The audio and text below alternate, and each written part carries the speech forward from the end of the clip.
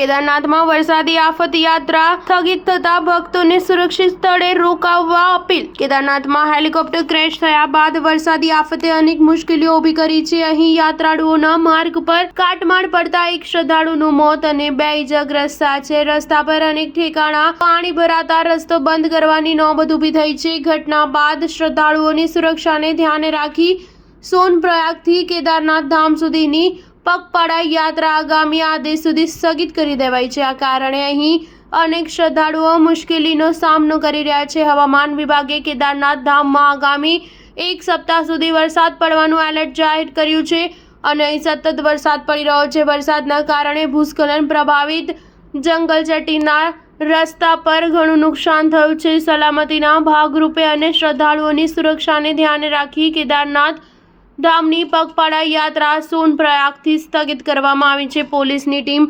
જંગલચટ્ટી વિસ્તારમાં ફસાયેલા શ્રદ્ધાળુઓની મદદ કરી રહી છે અને તેમને સુરક્ષિત સ્થળે ખસેડી રહી છે। પોલીસ અધિક્ષક અક્ષય કોંડેએ કેદારધામ આવી રહેલા શ્રદ્ધાળુઓને અપીલ કરી છે કે તેઓ જ્યાં છે ત્યાં સુરક્ષિત રહે અને નજીકના સ્થળો અથવા હોટલમાં રહે। ઉલ્લેખનીય છે કે ઉત્તરાખંડના રુદ્રપ્રયાગ સ્થિત ગૌરીકુંડ જંગલમાં એક હેલિકોપ્ટર ક્રેશ થતાં 7 લોકોના મોત થયા છે। આમાં 2 વર્ષનું બાળક પણ સામેલ છે। એનડીઆરએફ અને એસડીઆરએફની ટીમે ઘટના સ્થળે રાહત અને બચાવની કામગીરી કરી રહી છે। ત્યારબાદ ઉત્તરાખંડના ચારધામ યાત્રા આગામી આદેશ સુધી સ્થગિત કરી દેવામાં આવી છે। સ્ટાર ન્યૂઝ 7 હંમેશા સચ્ચાઈની સાથે।